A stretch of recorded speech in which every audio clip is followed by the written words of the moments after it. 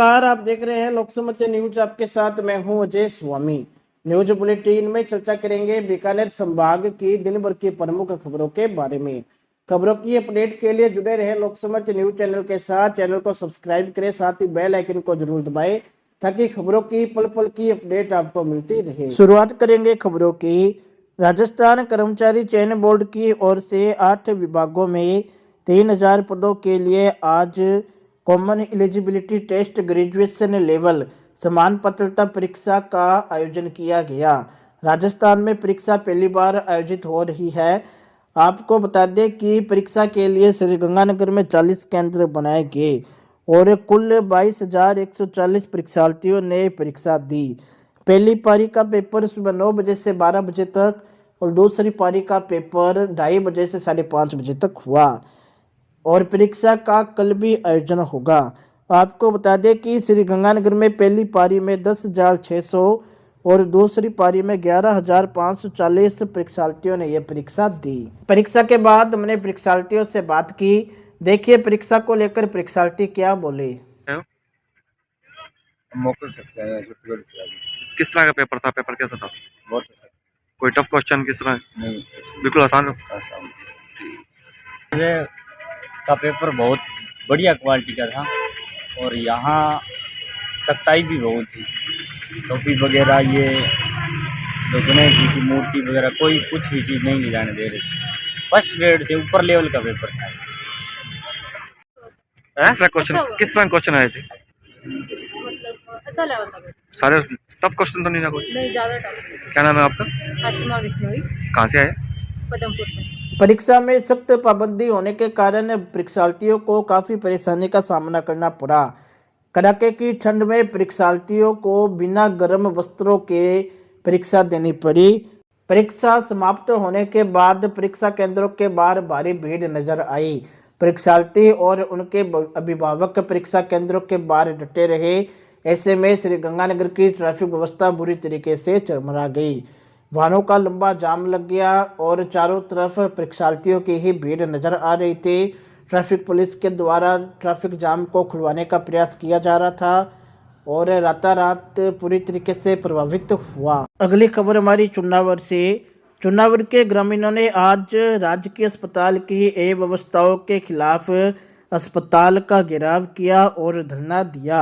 ग्रामीणों ने चिकित्सक डॉक्टर अंकुल दूरिया को सीएमएचओ के नाम ज्ञापन भी दिया है।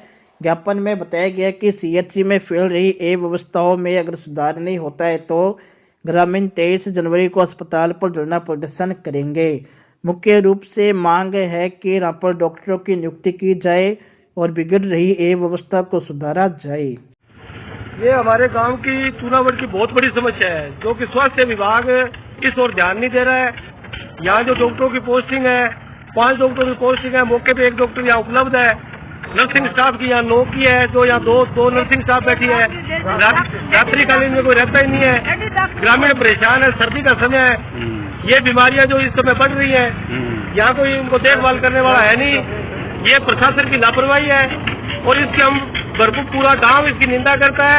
अगर इस ओर प्रशासन ध्यान देता है तो ठीक है, वरना पूरा का पूरा गांव यहाँ धरने पे बैठेगा। हम तो मीडिया के माध्यम से यही कहना चाहते हैं स्वास्थ्य विभाग को, जिला कलेक्टर को और सीएमएचओ साहब, जो मैं फोन कर रहा हूँ बार बार, सीएमएचओ साहब हमारा फोन नहीं उठा रहे हैं, तो वो सब अनदेखी कर रहे हैं और ग्रामीण लोग यहाँ बहुत परेशान है।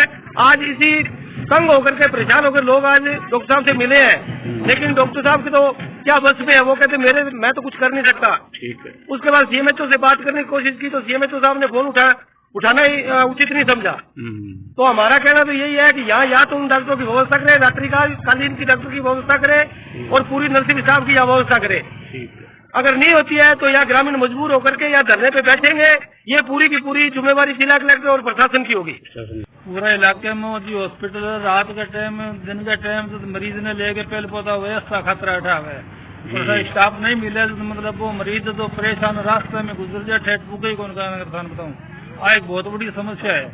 तो इस समस्या को समाधान सरकार और डॉक्टर मिलकर ही कर सके। मतलब हॉस्पिटल के अंदर स्टाफ की आवश्यकता जरूरी है। तो लेके 9 बजे आया, उस टाइम कोई व्यवस्था नहीं थी। डॉक्टर आगे से जवाब ये देते हैं, नर्सिंग स्टाफ भी एक ही था, वो बोलता है भी आप गंगानगर ले जाओ। इमरजेंसी में जब यहाँ आते हैं तो कोई मिलता नहीं है। इतनी बड़ी बिल्डिंग सरकार की बनाई हुई है, तो यहाँ व्यवस्था के नाम पे कुछ नहीं है। और 5 डॉक्टर की पोस्टिंग है, उसमें एक ही डॉक्टर है, उसके अलावा कुछ नहीं है, खाना पूर्ति है सिर्फ। अगली खबर हमारी बीकानेर से 30 किलोमीटर दूर देशनोक में करनी माता मंदिर के भक्तों ने अनूठा 56 भोग का आयोजन किया। इस 56 भोग के लिए मंदिर के पास स्थित गौशाला में बड़ा आयोजन किया गया, जहां गायों की विशेष रूप से पूजा अर्चना की गई। सर्दी से बचाने के लिए गायों को तरह तरह के गर्म कपड़े पहनाए गए। उसके बाद गायों को वहां उपस्थित श्रद्धालुओं ने प्रसाद का वितरण किया। 56 भोग में 21 तरह के फल व सब्जियां थी, 21 तरह की मिठाइयाँ थी। इसके अलावा नमकीन भी गायों को खिलाया गया। देवी देवताओं को 56 भोग लगाया जाता है, लेकिन गौ माता को पहली बार लगाया जा रहा है। ये आइडिया आपको कहाँ से है? ये आइडिया मेरे दिमाग में बरसों से थी कि गौ माता को जैसे सब भगवान को 56 भोग लगता है, वैसे गाय माता को भी 56 भोग लगना चाहिए, कारण गाय माता के शरीर में सभी देवी देवताओं का बात है। और ये 56 भोग होने से बाकी सभी गौशालाओं को प्रेरणा मिलेगी और गौशाला में योगदान मिलता रहेगा।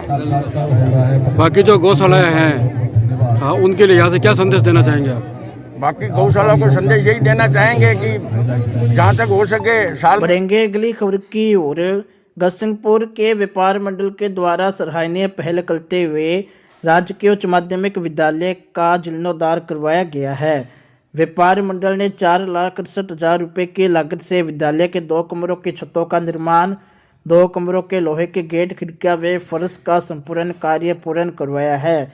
विद्यालय प्रशासन के द्वारा कुछ दिन पहले जीर्णोद्धार के लिए निवेदन किया गया था, जिस पर व्यापार मंडल अध्यक्ष भूपेंद्र सिंह, उपाध्यक्ष भूपेंद्र प्रकाश, कोषाध्यक्ष महेश मंगल, सचिव रामलाल गुरुदयाल, पालिका अध्यक्ष चमकौर सिंह, शंकर पेरीवाल, प्रदीप बोथरा, नरेश जंजू के द्वारा विद्यालय का अवलोकन किया गया और 4,68,000 रुपये की लागत से जीर्णोद्धार करवाया है।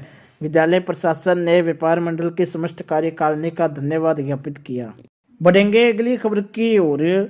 श्री गंगानगर जिला परिषद परिसर में राज सखी कैफे की लगातार सेवाएं जारी है।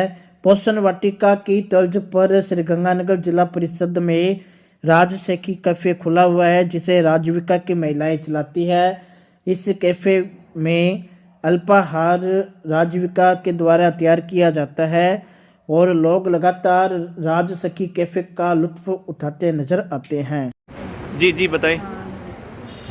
सर, ये हमारे राज सखी कैफ़े का उद्घाटन हुआ। ये हमें सरकार की तरफ से सर सहायता मिली है। हम राजीविका समूह सहायता समूह की महिलाएं हैं जो इनको चला रही हैं। सर, इसमें इसको बनाने के लिए सर सीओ सर ने और सर कलेक्टर सर ने, हमारे जो राजीविका स्टाफ है, डीपी मैडम है हमारे सर दीपाली शर्मा जी, उन सब ने सर मिलके हमें ये सर चला के दिया। सर, इसको हम लोग चला रहे हैं और सर उन्होंने इस जगह का कोई रेंट वगैरह नहीं, कोई कुछ नहीं है। उन्होंने अपने पास से पैसा लगा के सरकार ने हमारी सहायता क्या कुछ यहाँ पे बनाया जाता है और क्या? सर, यहाँ पे डेली मतलब लंच भी, डिनर भी और सर मतलब फास्ट फूड के अंदर है, जैसे फ्रेंच फ्राइज हैं, 2-3 तरह के सर पकोड़े हैं, बर्गर है, टिक्की है और सर चाय है, कॉफ़ी है और सर जैसे।